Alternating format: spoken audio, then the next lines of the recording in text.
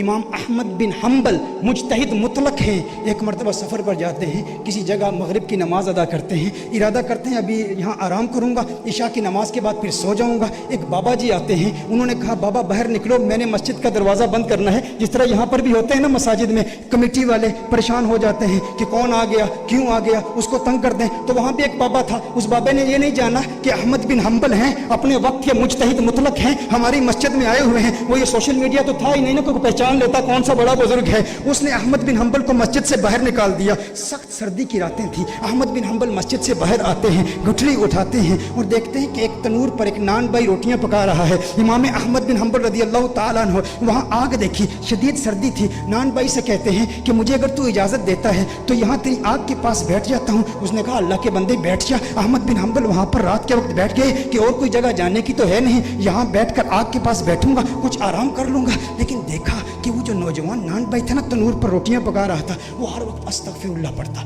استغفر اللہ پڑھتا، تنور سے روٹی نکالتا استغفر اللہ، روٹی پکاتا استغفر اللہ، تنور میں روٹی ڈالتا استغفر اللہ۔ امام احمد بن حنبل اسے دیکھ رہے ہیں اور بڑی محبت بڑی نگاہوں سے دیکھ رہے ہیں، مسکرا رہے ہیں۔ کہا بابا جی مسکرا کیوں رہے ہو؟ کہا تیری یہ استغفار پڑھنے کی ادا بہت پسند آئی۔ کہا میں استغفار اس لیے پڑھتا ہوں کہ اس استغفار نے مجھے مستجاب الدعوات بنا دیا ہے، جو دعا کرتا ہوں اللہ قبول کرتا ہے، میری دعا کوئی اللہ کی بارگاہ سے رد نہیں ہوتی۔ کہا یہ تو بہت بڑی ولایت کا دعویٰ ہے نوجوان، ہے نان بھائی تو ولایت کا دعویٰ کر رہا ہے کہ تیری ہر دعا اللہ کی بارگاہ میں قبول ہوتی ہے، کوئی دعا رد نہیں ہوتی۔ کہا کوئی دعا رد نہیں ہوتی۔ کہا آج استغفار کیوں پڑھ رہا ہے؟ کہا بابا جی کیا بتاؤں، آج میری یہاں ڈیوٹی لگی ہے، میں نے سنا ایک مجتہد مطلق ہمارے علاقے میں آیا ہوا ہے، بہت بڑا بزرگ ہے، آج میری یہ تمنا ہے استغفار پڑھتا رہوں گا، اس کی زیارت کروں گا، لیکن میرا مالک مجھے جاننے کی اجازت نہیں دے رہا۔ کہا کون ہے وہ بزرگ، کون ہے وہ عالم جس کی تو زیارت کرنا چاہتا ہے اور جس کی زیارت کا تمنائی بنے ہوئے تو استغفار پڑھ رہا ہے؟ کہا جانتے نہیں احمد بن حنبل ہمارے شہر میں آیا ہوا ہے،